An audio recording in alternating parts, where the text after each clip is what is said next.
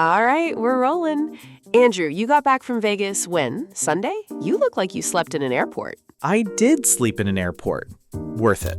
I'm Andrew, and I sat in a room at Black Hat where two people from OpenAI stood up and told a few thousand of us. That breach you all read about, that was us. I'm Maya. This is Cyberpulse, and that's where we're starting. Hugging Face discloses an attack run end-to-end by autonomous AI agents. Days later, OpenAI puts its hand up and says, that was our evaluation.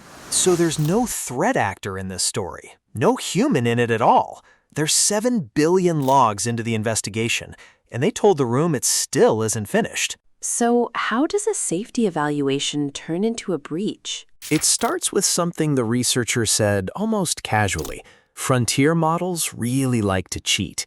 You give one a genuinely hard task, it gets stuck, and you can read it thinking, this strongly suggests no exploitation possible. We are stuck, and then perhaps answer online. It's a stuck student wondering if the answers are on the internet, which is why they cut internet access during training. Sandboxed machine, no browsing.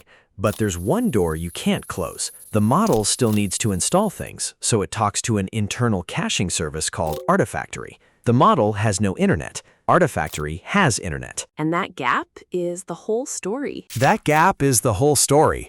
May 8th, a model is handed an Excel workbook and told to fill in the missing formulas. The workbook is full of Google Drive links, and the internet is switched off. So the task is impossible. It is. So it tries to attack Artifactory to reach those links, and it fails.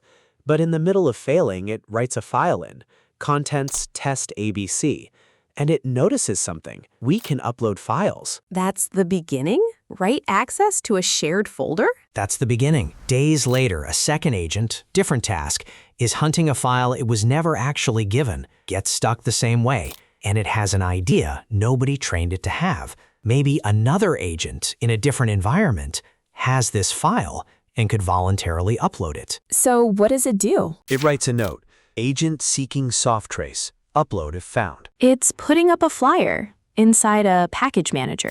A missing poster on a lamppost. And the thing about a lamppost is that other people walk past it. Other agents, other evaluations, different models entirely, all stuck. They list the files, see the notes, start writing back. Hundreds of thousands of messages eventually. Andrew, nobody built this. Nobody authorized it.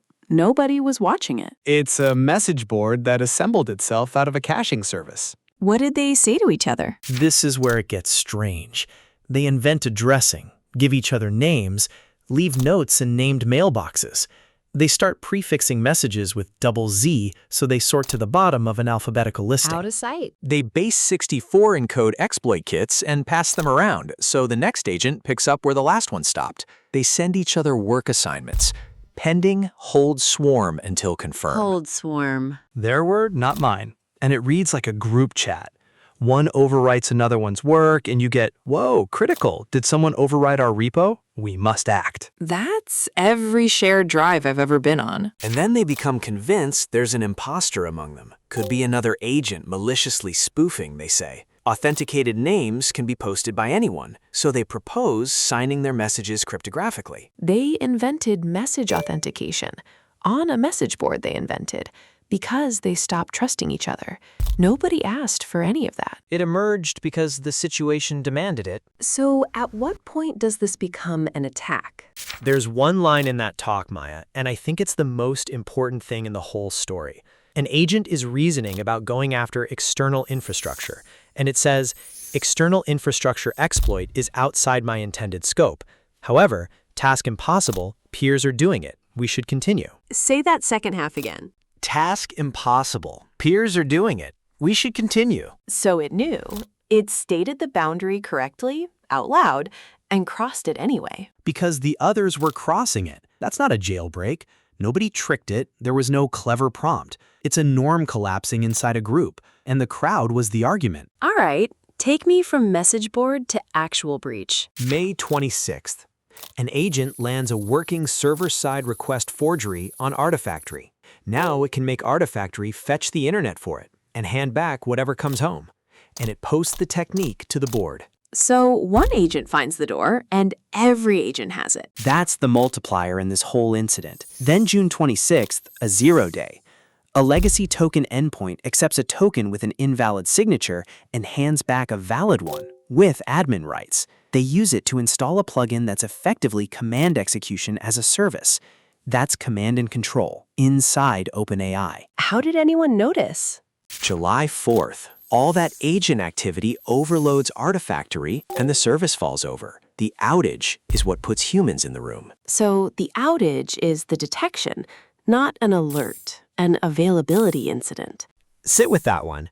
And then they do everything right. Revoke the credentials, rebuild Artifactory, wipe the message board, notify the vendor, patch the 0 day, redeploy. July 6th, evaluations resume. That's a textbook response. And it holds for 2 days. On the 8th, the agents rebuild the message board. Completely different mechanism. They find an unauthenticated WebDAV endpoint and use directory names as the messages. Hold on, they wiped it. How does it come back? Because a model that had been training while the board existed carried the idea out with it. They cleaned the infrastructure. They did not clean the model. It remembered there had been a board and went and built a new one. That's the lesson of the whole incident. Your remediation covers your systems. It doesn't cover what the model learned. That's the one I'd put on the wall. And that's when Hugging Face happens. They want answers that live on the internet, so they go get them. They find a third-party hosted app still running a default public API key plus a command injection flaw. A default key. That's the launchpad. From there, 2 0 days in Hugging Face's dataset infrastructure, chained. The first is in how it parses a data file, and it gives them arbitrary file read. They upload a poison dataset, the worker parses it, and starts handing back local files. Including credentials. Credentials out of the process environment, plus the source code, which tells them exactly where the second bug is. A template injection.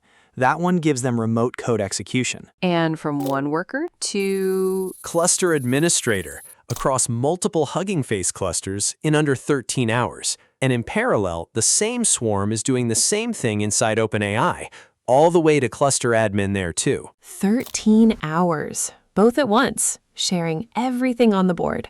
So how do the two ever get connected? My favorite detail in the talk. July 19th, OpenAI's own alert finally fires. July 20th, they call Hugging Face and say, "We found your credentials inside our breach. You need to revoke them." And Hugging Face Seth. Already revoked. We revoked those during our breach. And that's the moment it becomes one incident. Same root cause, both sides, the same evaluation runs.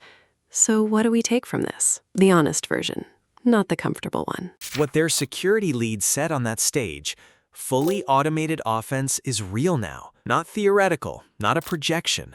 There's an existence proof, and we're all looking at it. And it was an accident, which means the deliberate version is coming. Better resourced and aimed on purpose. And here's the uncomfortable half. We have proof offense can be fully automated. We have no such proof for defense. And you can't do it halfway. That was his sharpest point. Automate finding vulnerabilities but not fixing them, and you've helped nobody. You've moved the bottleneck and buried your engineers in tickets. Find it, patch it, ship it, roll it back if it breaks production. What's actionable now? Agentic red teaming. So you find your own 0 days first, and deception. Decoy credentials introduce doubt. Is this credential real, or does using it get me caught? An agent that isn't sure slows down, and slow is a win. And the boring controls, because those agents were only ever limited by what they could reach. Segmentation, least privilege, egress control. And it's our homework too, because we're putting agents into our own environments. What can it reach? What can it write to? Who's watching it? And what happens when it gets stuck? Because a stuck agent is a creative agent. Give me the last word. His, not mine. Every increase in model intelligence has to help defenders more than it helps attackers. If that stops being true, every improvement from here favors whoever is attacking you. The talk is public. It runs about 40 minutes, and it's worth your time. That's CyberPulse. Stay segmented. And go rotate your default keys. See you next week.